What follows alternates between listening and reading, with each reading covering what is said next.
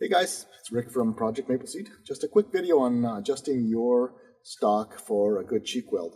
And that's important, Project Mapleseed, because we rely on something called natural point of aim, which is basically how do you get your body to line up behind the gun the same way all the time for an accurate and consistent set of shots time after time. And one of those key factors is getting a good solid cheek weld or a good molding between you and your rifle when you get behind it and looking down the sights or down the scope. We're looking at a half of a Ruger 1022. This is the takedown with the stock synthetic sights. So when you bring a rifle home, if you bring home a rifle with iron sights, the stock is typically built in such a way that when you get behind the gun and you put your cheek on the stock and you look down, you're probably pretty close to a good sight alignment. When you're looking at the iron sights, you might have to move up a quarter or an eighth of an inch, but it's not far. When you mount the scope, typically you're going to raise that sight picture half inch, three-quarter of an inch, depending on how big the objective is that you'll have to compensate for. And that means that instead of a good cheek weld, it's really moved up. Now you have to put your chin on there. It's called the chin weld. And that's not really something that is good for good, consistent positioning behind the gun. With enough practice, you could probably do it, but I'd rather rest my cheek on it than try and figure out where my chin needs to be. Any movement you have is going to translate to changes and shifts in point of impact down the target end of things.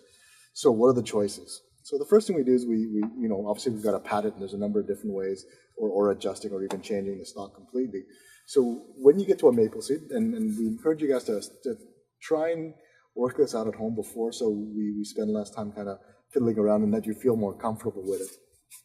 So the first thing is get some foam. It could even be just a mouse pad, even if you've got a good thick one. But here it's just a piece of an old sleeping pad from a camping store. And depending on how far or how high that scope is, you can just add more layers of this to raise your cheek to give you that perfect sight picture. And the way to test is you put it down, and if you've got some good tape or something called vet wrap that you just wrap around, it's non-adhesive, it just basically sticks to itself. And you can just keep layering until the point where when you get behind the gun, you put your cheek on there and you open your eyes and you happen to be looking right down that scope at the right height. And that's kind of how just keep adding or removing or shaving until you get it perfectly. A couple of different ways of holding this down. Again, like I said, you can use some this is gaffer's tape. It's one of those tapes that doesn't have a sticky residue, or vet wrap, which is what vets use to wrap animal legs and joints. And again, it's not sticky. The other option is that you can get these shell holders. Oops, sorry. You can get these shell holders that you can basically just it's elasticized, so you can just slip it over your buttstock and then just slide the foam under it. And I also have a model that I used for I can't find it now, but I had one for the Marlin 795 that I used. I used a shot shell carrier, and it happened to be exactly the right width. It was stretchy enough that I could put the 795 mags in there, so I kind of loaded them up and threw them in there. So instead of just lying around, they were there for what it's worth. Another option is if you have access to a kayak canoe store, that these closed cell foams used for padding. So I just carved a piece out. Again, this is from my Marlin 795. I shaped it to fit the stock and my exact cheek weld. And I'll just take this off.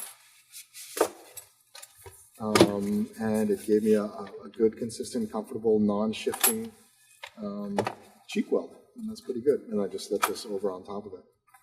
Another option you may want to consider is looking online, eBay or Amazon for one of these cheek pads that you can get. It's got a zipper pouch and more of the Velcro stuff, but it's a little bit more professional looking, I guess, if you want to call it.